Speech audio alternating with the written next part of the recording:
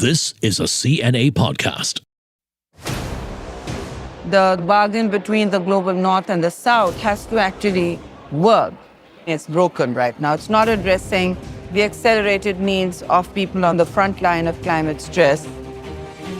That's Sherry Rehman, Pakistan's climate change minister, speaking with CNA on the sidelines of the UN's climate summit in Egypt. She's been on the offensive at these global climate talks, demanding more financial help in the wake of devastating floods in her country. My name is Jack Board, CNA's climate change correspondent, and this is a special edition of the Climate Conversations brought to you from COP27 in Sharm el-Sheikh. 12 months on from Glasgow, and wow, what a year of devastating climate extremes the world's witnessed. Record-breaking droughts in China, the US and Europe. In Southeast Asia, Malaysia got slammed by floods, and the Philippines by more deadly typhoons. And then, of course, Pakistan, where a third of the country was underwater. For wealthy countries, these events are major economic impediments. For the developing world or the global south, though, they're totally debilitating. And now they want someone else to pay. That someone being the countries that have historically caused climate change. I'm one of some 35,000 people who have come to the Egyptian desert to watch on as the world's leaders, businesses and bankers try to work out how exactly that might look. From the get-go, loss and damage has been the hot topic at COP27. It was on the official agenda for the first time at any conference of the parties. But what is loss and damage? And how might it affect the communities and people living on the climate front line? I started by chatting with Cassie Flynn. She's with the United Nations Development Programme as a strategic advisor on climate change. She spent years working on climate policy and strategy, with rich experience working with the countries who are seeking this urgent financial assistance. I asked her why this was an important conversation to be having. Well, I think we've really entered a new chapter of the climate crisis. And I even remember being in these negotiations not that long ago when loss and damage was a theoretical concept. It was what happens when an island country can no longer sustain their territory. If an island country goes underwater, what do you do? And it was something that was more academic in the thinking. And now, with all of these climate-related disasters that we're seeing, whether it's the floods in Pakistan, whether it is coastal zones in island countries starting to face real challenges, whether it is drought across food systems, we're seeing the climate impacts really hit places with an intensity that we're just not used to. And we have to ask ourselves this really hard question, which is, what happens when something occurs that is irreversible? What happens when you're not going to get that coastline back? What happens when you're not going to get those food systems back? And what do we do about it? And so I think now as countries are grappling with this new reality, it certainly has come forward in the overall discussions on climate change. Why is loss and damage such a contested issue? Well, when we talk about loss and damage, I think one of the big questions when you experience a loss is who's responsible for this? Who is responsible when we do face these awful catastrophes, these heartbreaking stories that we hear? And whether it's in loss and damage world, we'll call it economic losses, so loss of goods and services, loss of productivity, or non-economic losses. What do you do when you start to lose a cultural identity? What do you do when you lose a huge set of very endangered species because of climate change? And being able to unpack this has become very, very difficult. And many countries who are on the front lines of loss and damage are the ones who are least responsible for the problem. Small island states, least developed countries, the ones that are being hit so hard are ones that have not been the historic big emitters. And so it's only fair that many of these developing countries are sort of looking at the ones that have been these big emitters and say, hey, our reality is because of all of the pollution you've put in the atmosphere. And so you got to help us with this. You got to help us deal with this crisis on our doorstep, because in many ways, this wouldn't have happened if you weren't releasing those emissions? Right now, it seems that we are putting the options into different baskets. We have the mitigation option, the adaptation option, then loss and damage. On loss and damage, obviously the most expensive of these three hats. Does that also make it then the most difficult? I think it's all so blended together. And the reality is that one country, one community, yes, some really need, their number one goal needs to be getting their emissions down. Others, they're on the front line of the crisis. They need to be focusing on adaptation. Others are experiencing huge, huge losses and crises and focusing on loss and damage. But you really can't have one without the other. And we have to be thinking about these all together. And I think there does need to be special consideration for what loss and damage costs. It's one thing to start putting up early warning systems or seawalls or infrastructure to be able to protect communities, but what do you do when you just can't go back to that place? When that is just not a safe place to live anymore? I was having a conversation with a delegate from a Caribbean country once who was talking about how I feel like they're in this horrible cycle where a Category 5 storm comes and wipes out their airport, and then they have to go into an immense amount of debt to be able to reconstruct that airport. And then a couple years later, another Category 5 storm comes and wipes out the airport again, and they are back to square one.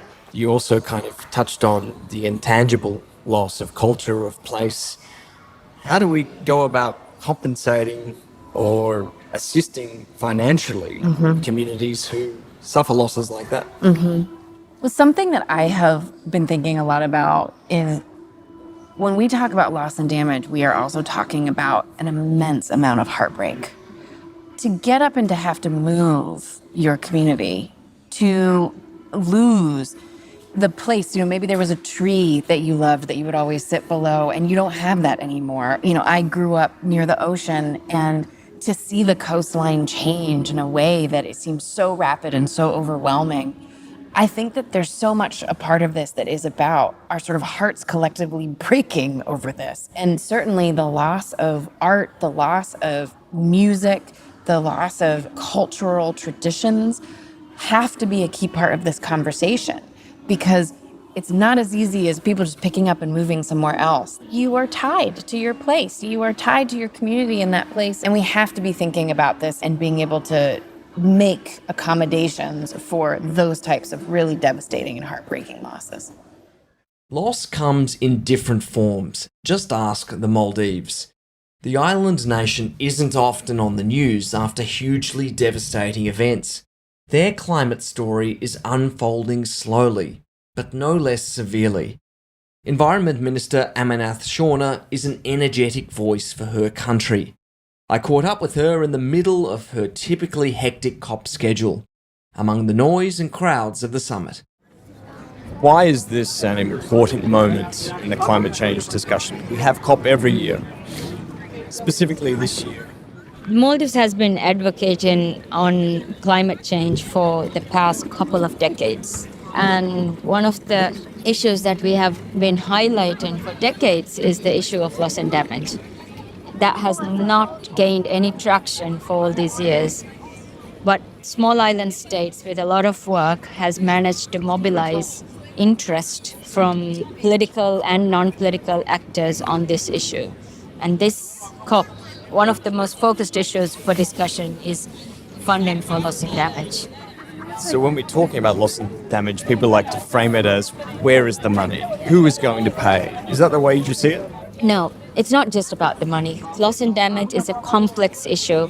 The impacts of climate change is on two ends. One is the rapid impacts of climate change, where most of our island nations in the Caribbean, for instance, experience every year with hurricanes. But the second part is countries like ours with slow onset impacts of climate change, where gradual degradation of reef ecosystem and ocean resources has an impact on our fisheries, on our tourism, on all the resources that we depend on for economic development as well. So it's a complex issue, and I don't think that it's just about the money. With both slow onset impacts as well as the rapid impacts of climate change, Both of these things do one thing. It destabilizes countries, it destabilizes economies, and it contributes to ongoing conflicts as well. So it's a complex issue which is not just about funding. And the least we can do is help us continue to live a healthy life in the Maldives, where our country's economic and political systems will be stable.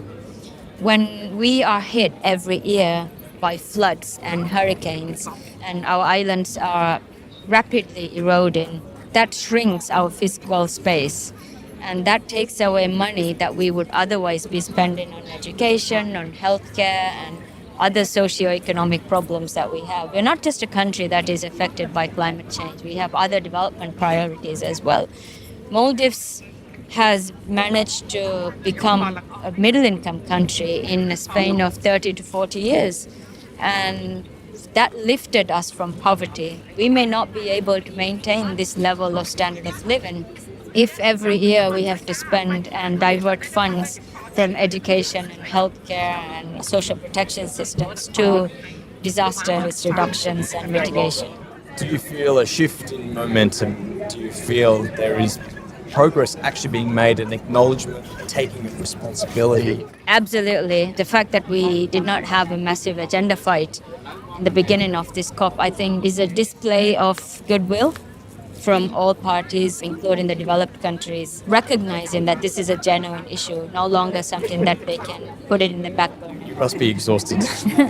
Having to constantly bring up these issues again and again. How do you stay energized? How else do you do it? We are in a globalized society, and we have to work with international systems, and we have to work to establish these international systems that are equitable, accessible, and predictable for all parties that are affected by climate change. So we have to work with international systems, no matter how frustrating it is.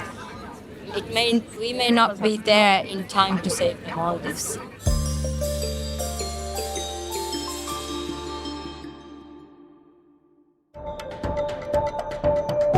Hi, I'm Stephen Chia, and I host the new season of our podcast, Heart of the Matter. Join me in getting right to the heart of the headlines as we speak with experts and newsmakers to delve deep into the most talked about news developments. Look out for our episodes wherever you get your podcasts.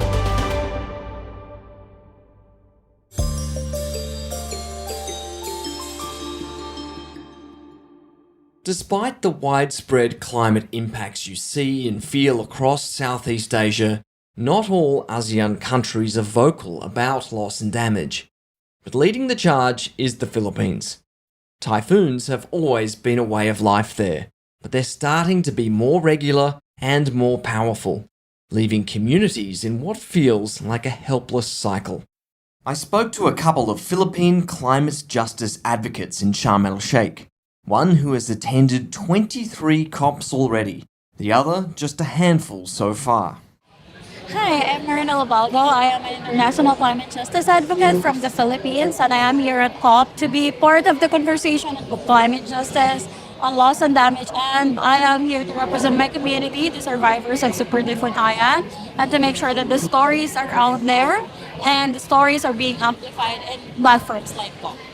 Growing up, I have been really used to typhoons, and I thought that typhoons is already a part of life. I even thought that there are typhoons everywhere, just because it is so normal in our place. That I grew up being used to fleeing and evacuating. I grew up knocking on doors of our neighbors to let us in when there is a typhoon until the storm passes. I grew up always thinking and doubting if we will have even a house after a typhoon. In the Philippines, we experience an average of 30 typhoons per year. And imagine rebuilding and rebuilding 20 times a year. I just feel like these typhoons and climatic disaster, they are making the people poorer. Because a lot of people in developing countries like the Philippines, they don't have even the thought on saving. How much more having the money to rebuild and rebuild all over again. So I think it is counterproductive. Because of climatic disasters, a lot of people are migrating to other places. I know my peers who have migrated to other places because they don't have livelihood anymore in our island. There's no fish anymore in our island. You cannot farm anymore in our island because the weather is so not predictable anymore. So they just go to other places to survive. I imagine my friends who have lost their loved ones, who have lost their parents, who have lost all of their family members. Those are, you cannot put a price on the grief and the loss that we have suffered. And money is just, I think, a band-aid solution to all of this. We need to have a systemic change so people will not be losing a lot of loved ones. I'm Tony Lavinia. I'm Associate Director for Climate Policy and International Relations of the Manila Observatory.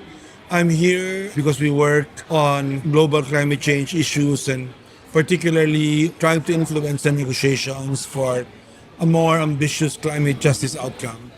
That includes mitigation, adaptation, loss and damage, which are the three pillars, I think, of climate action. So loss and damage on the agenda officially for the first time at COP27. Why is that important? And what kind of outcomes, not just at the conference, but over coming years, just having the conversation now actually, what can it lead to? What we want is that when a place, like say island in the Philippines, a city in the Philippines, a community in the Philippines or elsewhere in the world, is hit by an extreme event like a storm or drought or even slow onset events, but clearly loss of lives and damage to property, infrastructure, the economy happens. We want funding to immediately be available to restore people and places to where we were before the event happened. Because without a loss and damage intervention, you can't expect them to mitigate climate change. You can't expect them to adapt climate change.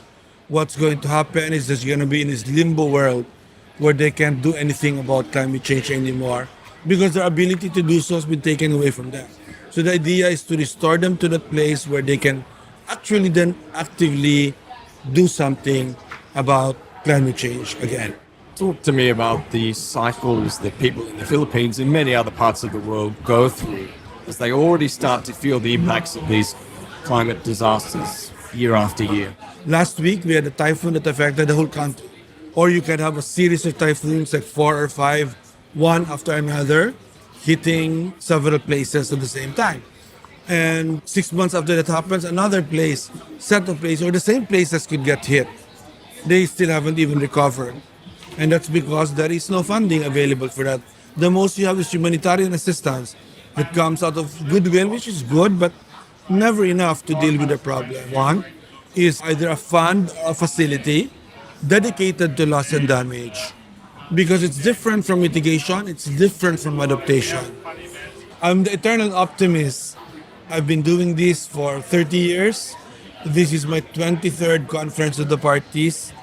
I know it's challenging, but I don't lose hope. Among others, because I've also helped enable a new generation of activists, of experts, of negotiators that are actually doing the work here. So we'll get loss and damage done. I'm absolutely certain about that. It could take a while, but I'm so absolutely certain about that. COP is a strange beast. It attracts emotion, and it's tense and stressful. That's unsurprising given what's at stake. This time in Egypt, things have been a little chaotic.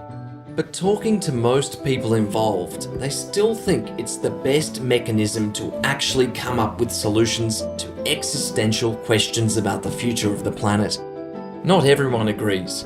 Greta Thunberg is one, for example. She thinks this is just more greenwashing. The theme of this COP was implementation, actually getting things done to shift the needle on global temperatures and carbon emissions. For me, that's going to happen when everyone packs and goes home. Hopefully with more open minds and critically open wallets. This has been Jack Board. Thank you for listening to this special episode of the Climate Conversations. It's back to regular programming and host next week. The team behind this podcast are Crispina Robert, Jacqueline Chan, Daniel Lee, Joanne Chan, and Tiffany Ang.